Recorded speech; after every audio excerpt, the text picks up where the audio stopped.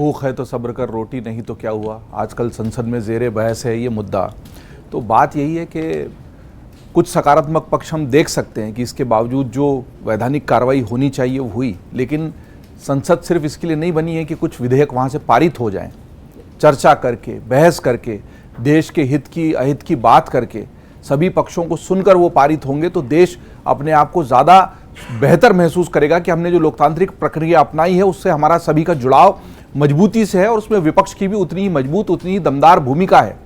सीधे प्रसारण की बात हो रही थी, बिल्कुल ठीक बात है, लेकिन सीधा प्रसारण इसलिए तय किया गया था कि पूरा देश इस कार्रवाई को देखे, इससे सबक ले और लोग देखें कि जनप्रतिनिधि कैसे होते हैं। अब तो ये हो गया कि ये कभी ना देखें कि जनप्रतिनिधि कैसे होते हैं, उससे एक उदाहरण कायम हो कि देश के बड़े मुद्दों को लेकर, गंभीर मुद्दों को लेकर कैसे बहस होती है। और विद्यालयों में और महाविद्यालयों में एक प्रतिमान संसद भी आयोजित की जाने लगी थी उसी दौरान, कि उस प्रतिमान संसद में लोग लाइव प्रसारणों को देखकर सीखें। बाद में तो जो प्रशिक्षक उसके आते थे, मैं खुद उसका वो कहते थे उसको देख के नहीं सीखे तो ज्यादा अच्छा है। भाई आप युवा पीढ़ी को क्या संदेश दे रहे हैं, क्या सबक दे रहे हैं? हम इतने एक महीने की पूरी कार्रवाई में 5-7 घंटे भी ठीक से बहस नहीं कर पाए हैं संसद में। 250 से 300 करोड़ के आसपास के नुकसान का अनुमान है।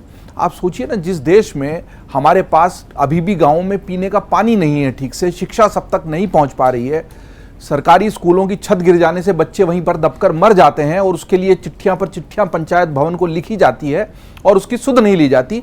उस देश में संसद में 300 करोड़ रुपए ऐसे ही वेस्ट हो जा रहे हैं बिना चर्चा के। तो मत करिए, फिर जो सरकारी स्कूलों की छतें बननी है वही बना दीजिए।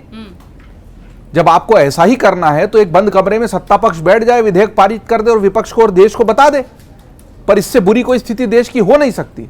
मतलब इतनी खराब स्थिति में अगर हम देश को पहुंचाना चाहते हैं और उसके अगर निवेदन यह है कि ऐसा ही चलेगा, इसको स्वीकार कर लीजिए, तो उससे दुखद कोई स्थिति लोकतंत्र की हो नहीं सकती।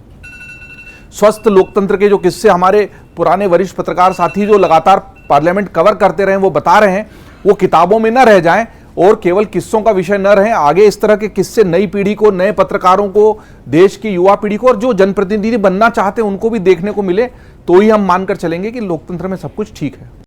अगर आप ये वीडियो YouTube पर देख रहे हैं तो हमारे चैनल को सब्सक्राइब कर बेल आइकन दबाएं और Facebook पर देख रहे हैं तो हमारे पेज को लाइक करें।